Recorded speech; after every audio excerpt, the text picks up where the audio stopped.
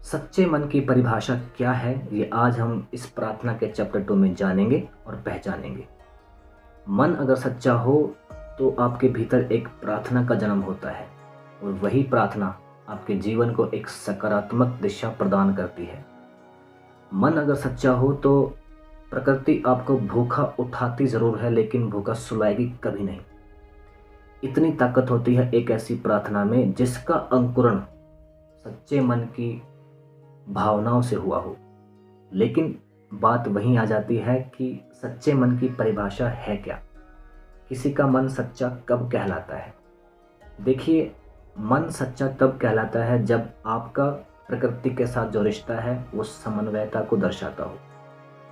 समन्वयता का मतलब है आपके और प्रकृति के बीच में एक तालमेल का होना, एक कोऑर्डिनेशन होना। देखिए, आपके जीवन में जो भी सुविधाएं हैं, जैसे कि रोटी, कपड़ा, घर, गाड़ी वगैरह वगैरह, इन सभी सुखों का, सुविधाओं का जो रॉ मटेरियल है वो आपको कहाँ से प्राप्त हुआ है और कहाँ से उपलब्ध हुआ है? जाहिर सी बात है कि आपको इन सभी चीज़ों का जो रॉ मटेरियल है वो प्रकृति से ही प्राप्त हुआ है। इसका मतलब ये बनता है कि आपने प्रकृति से बहुत कुछ ग्रहण किया है। लेकिन एक प्रश्न आपसे मैं पूछना चाहता हूँ कि आपने प्रकृति को क्या दिया है आज तक, और आपसे प्रकृति को क्या लाभ पहुंचा है?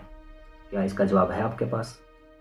तो जिस प्रकार आप प्रकृति से बहुत कुछ ग्रहण करते हैं, उसी प्रकार आपका भी एक फर्ज बनता है, धर्म बनता है कि आप भी प्रकृति को कुछ ना कुछ जरूर लौटाएं।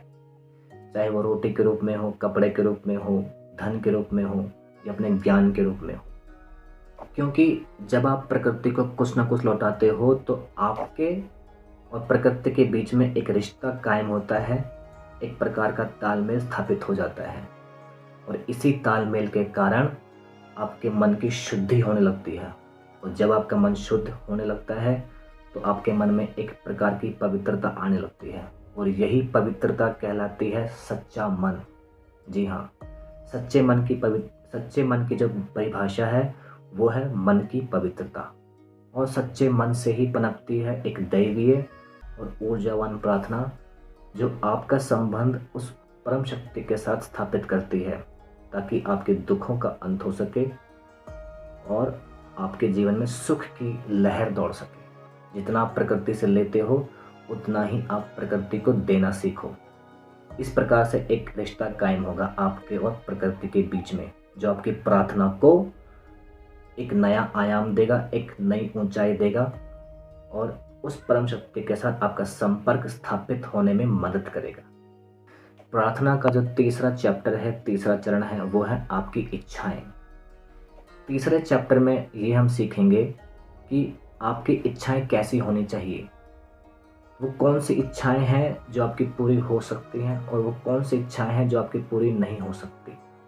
तो प्रार्थना के माध्यम से आपकी कौन सी इच्छाएं पूरी हो सकती हैं, ये जानने के लिए आप हमारे नेक्स्ट वीडियो प्रेयर चैप्टर 3 को देखना ना भूलें। वहीं पर आपको आपकी इच्छाओं के बारे में पता चलेगा और कौन सी इच्छाएं आपकी पूरी हो सकती हैं इसके बारे में जानकारी मिलेगी। तो मिलते हैं नेक्स्ट वीडियो में। Thank you.